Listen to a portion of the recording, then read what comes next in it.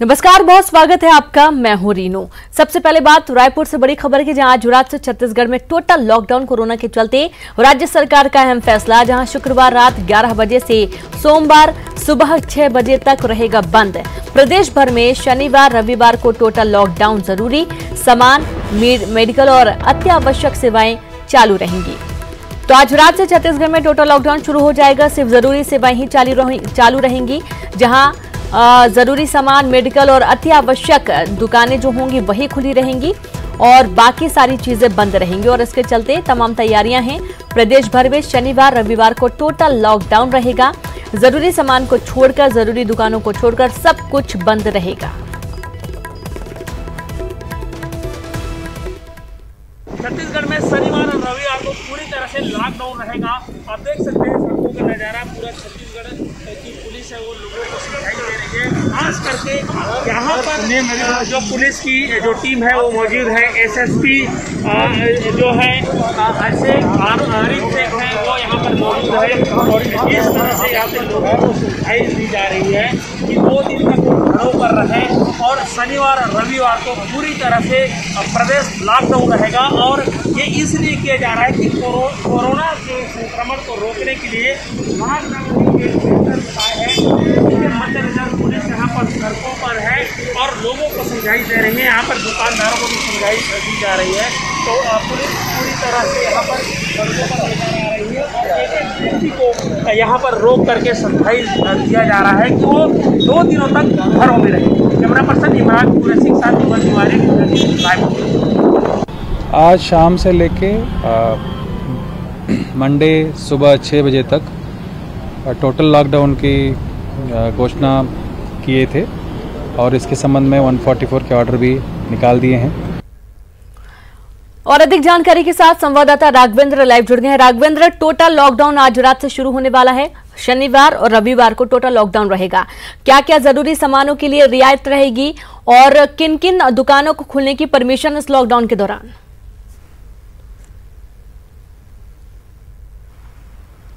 देखिए, राज्य सरकार की ओर से निर्देश दिए गए थे कि मई महीने के प्रत्येक शनिवार रविवार को टोटल लॉकडाउन रहेगा। इस दौरान केवल जो जरूरी चीजें हैं वही दुकानें खुली रहेंगी, चाहे वो मेडिकल की हो, इसके अलावा पेट्रोल पंप, सब्जी की दुकानें, इसके अलावा खाद्य पदार्थों में जो बेहद जरूरी है उनके दुकान खुले रहेंगे। इसके अलावा बाकी सारी दुकानें बंद रहेंगी, यहाँ तक कि शराब दुकानों को भी बंद रखने के निर्देश दिए गए हैं। जाहिर तौर पर इस टोटल लॉकडाउन के द्वारा ये प्रयास किया जाएगा कि अधिकतम लोग घरों में रहें, जिनको थोड़ी बहुत जरूरत है, बहुत ज्यादा जरूरत होने पर ही लोग बाहर निकले, उसके अलावा बाकी लोग घर पर रहें।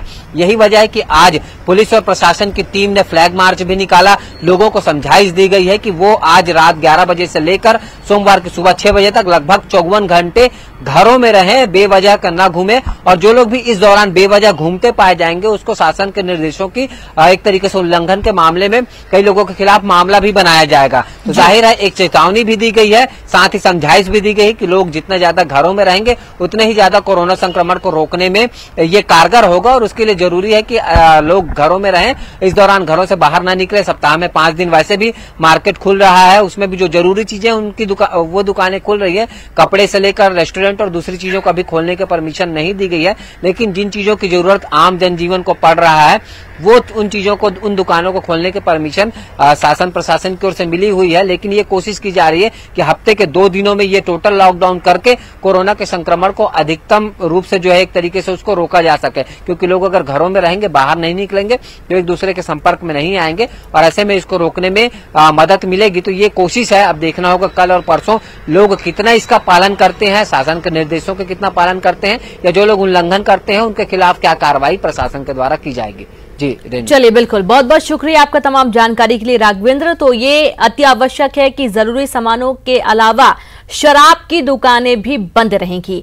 छत्तीसगढ़ में 2 दिन से कोरोना का नया केस नहीं आया है। फिलहाल प्रदेश में कोरोना के 21 एक्टिव केस अभी चल रहे हैं।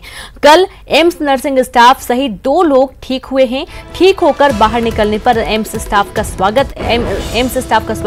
वहीं अब तक 59 में से 38 कोरोना मरीज ठीक हो चुके हैं। बाकियों का इलाज अभी जारी है।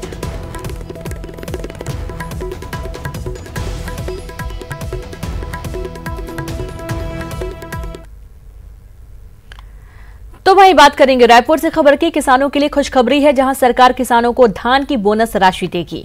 इसी महीने से सरकार धान की बोनस राशि देगी। खरीदी की बोनस राशि मिलेगी किसानों को। कृषि मंत्री रविंद्र चौबे ने इस बात का ऐलान किया है। एक राहत भी कह सकते हैं, खासतौर पर किसानों के लिए जिन्हें धान की बोनस राशि दी जाएगी। सरकार ने बहुत अड़ंगा किया। उन्होंने कहा कि 1815 से अतिरिक्त 1 रुपये की राशि किसानों को नहीं मिलना चाहिए, वरना छत्तीसगढ़ के किसानों के उत्पादन का चावल हम नहीं खरीदेंगे। इसीलिए हमने कहा कि हम 1815 रुपये धान खरीदेंगे, लेकिन शेष राशि 2500 का प्रतिपूर्ति करने के लिए छत्तीसगढ़ में राजीव गांधी किसान न्याय योजना हम लागू करेंगे और शेष 685 रुपया किसानों के खाते में डालेंगे।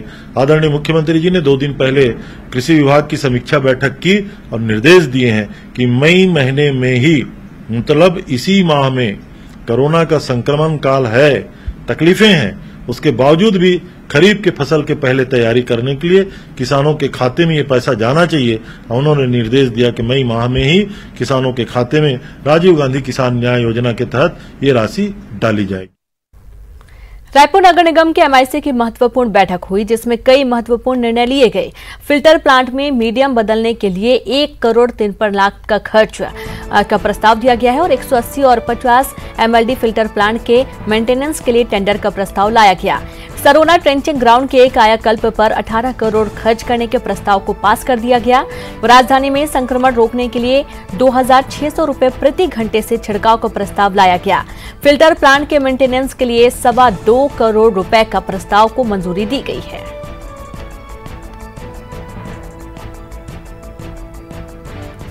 सबका बीमा पॉलिसी उनकी बनेगी, वो बनेगी।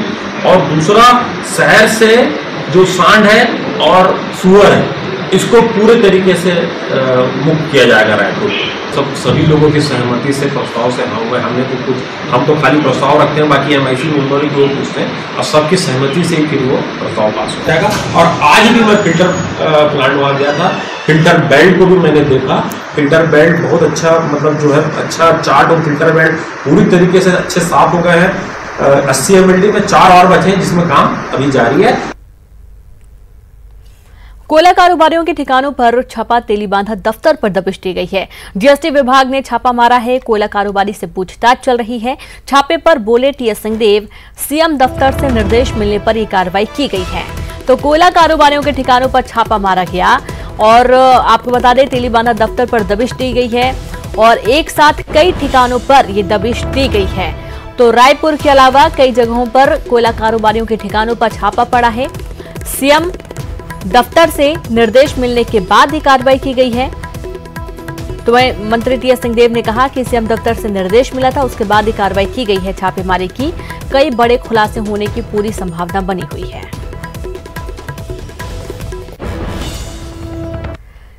नगरीय प्रशासन और श्रम मंत्री शिव डहरिया ने आज केंद्र सरकार पर जमकर निशाना साधा। श्रम मंत्री ने कहा कि जिस तरह नोटबंदी के बाद लाइन में खड़े होने से कई लोगों की जान गई, उसी तरह लॉकडाउन में भी हो रहा है। सभी कारोबार ठप हो गया। उन्होंने कहा कि किसी अन्य राज्य के मरीज को दूसरे राज्य के बिना अनुमति थोपा नहीं जा सकता। आज देश में मजदूरों की स्थिति काफी खराब है।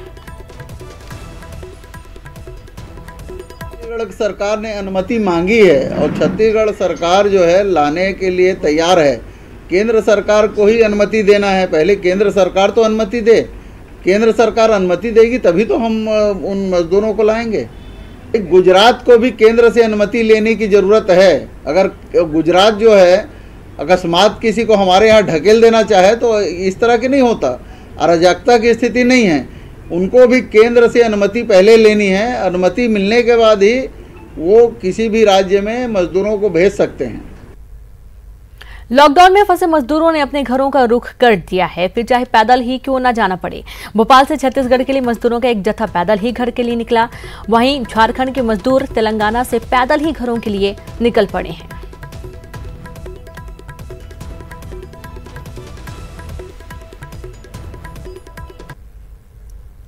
भोपाल में लॉकडाउन में फंसे छत्तीसगढ़ के मजदूर परिवार सहित अपने घर के लिए निकल पड़े। नीलबढ़ से ये लोग परिवार सहित तपती धूप में कैरवा डैम से जंगल के रास्ते कोलार पहुंचे, जहां न्यूज 18 ने इनकी हर संभव मदद की। बाद में प्रशासन ने सभी के ठहरने की व्यवस्था कोलार में ही कर दी।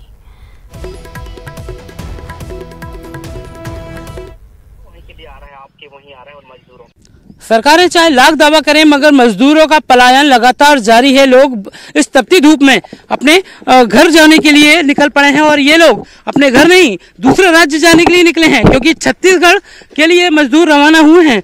और ये यहाँ पर भोपाल के नीलबढ़ में काफी दिनों तक प्रशासन की बाट जोड़ रहे थे कि उन्हें किसी तरह से उनके घरों तक पहुंचा दिया जाए, मगर जब कोई आस नहीं जगी तो यहाँ अपने छोटे छोटे बच्चों को लेकर और सामानों को लाद कर निकल पड़े हैं जंगल के रास्ते, पगडंडी के रास्ते। काम अब 1 महीने ही काम किए तो पैसे भी नहीं है, ऊपर से प्रशासन अपना कुछ खाना पीना कुछ तो व्यवस्था कर ही नहीं रहा था, इसीलिए अब निकल पड़ेगा, जैसे भी हो जाएंगे ही करके। ये छोटा बच्चा देखिए धूप में तप रहा है, इतनी तपती धूप में इसे लेकर कहाँ जाना है सर आप इन बच्चों को लेकर? छत्तीसगढ़ जाना है साहब। तो ये छोटे बच्चे हैं, धूप है और प्रशासन से थोड़ा और इंतजार कर लेते हैं। अरे बोला साहब वहाँ SDM कलेक्टर के पास सभी आधार कार्ड वगैरह पंजीयन सब करवाया, समय दिया 2 दिन रुक जाओ, फिर बोला 2 दिन रुक जाओ, मदद करते हैं, सहयोग करते हैं। रुक जाओ हफ्ते भर हो गया ऐसे करते करते हफ्ता 15 दिन हो गए, तब क्या करे? ऐसे में खाने पीने में का भी साधन नहीं है, भूखे मर रहे हैं तो कैसे करे? रखे हैं कुछ चावल वावल रखे हैं, रास्ते में कहीं मिल जाएगा छाया वहाँ तो पानी उनी साधन रहेगा, वहाँ जाके बना लेंगे खा लेंगे। अभी आपने यहाँ नदी का पानी पिया, डैम का जो बह रहा था वो? हाँ जी हाँ पिए। तो पीने का पानी भी नहीं है? पीने का पानी भी नहीं है अपने पास, तो बोतल में भरे हुए थे वो भी खत्म हो गए। इन मासूम बच्चों को और साथ ही और इतना भारी भरकम सामान लाद कर ये निकल चुके हैं उन लंबी दूरी को तय करने के लिए। इन्होंने हौसला नहीं हारा, मगर अब देखते हैं कि क्या प्रशासन इनकी मदद कर पाता, क्योंकि छत्तीसगढ़ सरकार अभी तक इन मजदूरों को वहां पर बुलाने के लिए किसी तरह की कोई तैयारी नहीं कर पाई है। रुकेंगे नहीं हम तो जाएंगे ही, भले से साधन कर दे हमारे जाने के लिए वही अच्छा है, लेकिन हम रुकेंगे नहीं यहाँ। आप लोग अब यहाँ पर ठहरेंगे या फिर क्या, क्योंकि प्रशासन आपको आगे नहीं जाने देगा और ना छत्तीसगढ़ सरकार आपको बुला रही है, क्या लग रहा है आपको? जी अगर प्रशासन जाने नहीं देगा तो सर रुकना ही पड़ेगा। ये जो तमाम जो मजदूर हैं ये निकल तो पड़े हैं अपने घरों के लिए, अब इनका जो आखिरी पड़ाव है देखते कहाँ होता है, क्या सरकारी मदद इनकी कुछ और राहत इन्हें पहुंचा पाती है या फिर ये यहाँ पर ही किसी खुले आसमान के नीचे रहने पर बेहोश हो पाते हैं। कैमरा पर्सन संजय नामदेव के साथ जितेंद्र शर्मा, न्यूज 18 भोपाल। ब्रेक के बाद एक बार फिर से आप सभी का स्वागत है। दंतेवाड़ा के अरनपुर बालक आश्रम में क्वारंटाइन सेंटर से 30 मजदूर फरार हो गए। आंध्र प्रदेश में मिर्ची तोड़ने गए ग्राम अचली नहाड़ी अरनपुर के 40 ग्रामीणों को लौटने पर यहां क्वारंटाइन किया गया था। गायब मजदूर नहाड़ी गांव के रहने वाले हैं, पुलिस अब इनकी तलाश कर रही है। यहाँ पर आने के बाद 46 में से 23 मजदूर जो है क्वारंटाइन थे और वह यहाँ से फरार हो गए, उनको वहाँ अपने घरों की ओर लौट गए। हालांकि अब जिला प्रशासन यहाँ पर उनकी तलाश में गांव-गांव में जुटा हुआ है। सरपंच सचिव की मदद ली जा रही है, पुलिस की मदद ली जा रही है उनको ढूंढने में। 23 लोग भाग गए। कौन से गाँव गए थे सर वो लोग? वो नहाड़ी के थे। कैसे भाग गए सर, क्या वजह थी? अब वो किसी को बताया नहीं सर। सुबह भागे या रात को? सवेरे ही भागे। जिस तरीके से आप देख सकते हैं कि यहाँ मजदूर जो बैठे हैं अभी इस समय क्वारंटाइन होकर न्यूज़ 18 देखते हुए नज़र आ रहे हैं। न्यूज़ 18 देख रहे हैं और न्यूज़ 18 में जो न्यूज़ दिखाई जा रही है हमारे द्वारा उसको देखते हुए यहाँ नज़र आ रहे हैं। अब्दुल हमीद सिद्दीकी, दंतेवाड़ा जिले के अरनपुर से अब्दुल हमीद सिद्दीकी, न्यूज़ 18 दंतेवाड़ा। हम लोगों ने क्वारंटाइन सेंटर में रखा हुआ था तो उस बिना बताए चले गए हैं, इसलिए उनके खिलाफ वैधानिक कार्रवाई करेंगे। अंबिकापुर मेडिकल कॉलेज अस्पताल में कर्मचारी घोटाले का बड़ा मामला सामने आया है। अस्पताल की जीवनदीप समिति में 140 कर्मचारियों के पदस्थ हैं और इन 140 कर्मचारियों के लिए जीवनदीप समिति के माध्यम से अस्पताल प्रबंधन प्रतिमाह 15 लाख रुपए वेतन देता है। लेकिन हैरत की बात यह है कि थंब इम्प्रेशन के माध्यम से जहां 140 कर्मचारियों को प्रतिमाह अटेंडेंस लगता था, वहीं मैनुअल रजिस्टर के माध्यम से होने वाले अटेंडेंस में केवल 74 कर्मचारी ही उपस्थित पाए जा रहे हैं। सीधे तौर पर बात करें तो जीवनदीप के जिन 140 का वेतन हर माह निकल रहा था, उनमें से 64 कर्मचारी लापता हैं। मामले की जानकारी लगते ही जांच दल बना दिया गया है।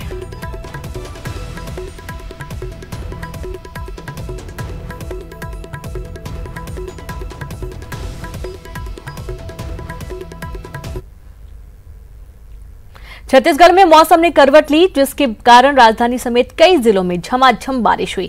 आप अपने टीवी स्क्रीन पर 5 जिलों रायपुर, दुर्ग, कोरबा, धमतरी और गरियाबंद जिले की तस्वीरें देख रहे हैं, जहां गरज और चमक के साथ तेज बारिश हुई। बारिश होने से लोगों को गर्मी से राहत तो मिली, लेकिन बारिश ने किसानों की चिंता बढ़ा दी है। लगातार बेमौसम बारिश से होने वाली बारिश से फसलों को काफी नुकसान पहुंचा है। दलहन और तिलहन फसलों के साथ धान की फसलों को नुकसान हुआ है। कई खरीदी केंद्रों में धान खुले में।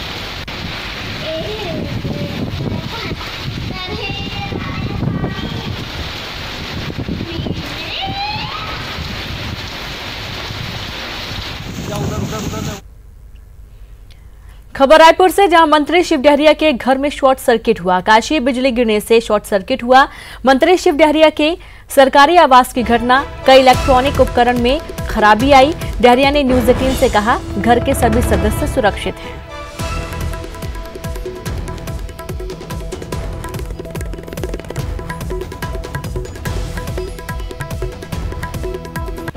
प्राकृतिक आपदा है और हम लोग और हमारे साथ बहुत सारे लोग थे, सुरक्षित है। हमारे मकान के बाहर ही बिजली गिरा और लाइटें बंद हो गई, बहुत सारे इंस्ट्रूमेंट जल भी गए हैं, लेकिन सौभाग्य की बात है कि किसी को कोई कैजुअलिटी नहीं हुई। ईश्वर से प्रार्थना करते हैं कि इस तरह कहीं कोई घटना और ना हो। और रायपुर से खबर, ट्रांसफार्मर में लगी आग। आकाशीय बिजली गिरने से ट्रांसफार्मर में आग लग गई। रेलवे स्टेशन के पास की यह पूरी घटना है। राजधानी में गरज और चमक के साथ तेज बारिश हुई है और इसके चलते आग लग गई। बड़ी खबर रायपुर से, ट्रांसफार्मर में लगी आग। आकाशीय बिजली गिरने से ट्रांसफार्मर में आग लग गई। रेलवे स्टेशन के पास की यह घटना। राजधानी में गरज और चमक के साथ तेज बारिश हुई।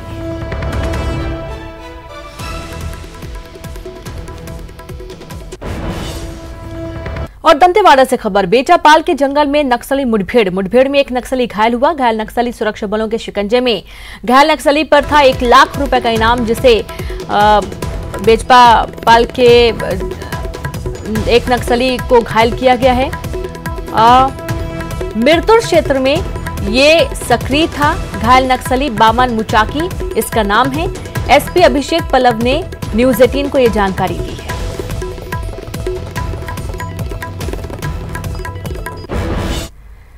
तो कोरोना को लेकर कोई कंफ्यूजन ना रहे, लोगों को सही और पूरी जानकारी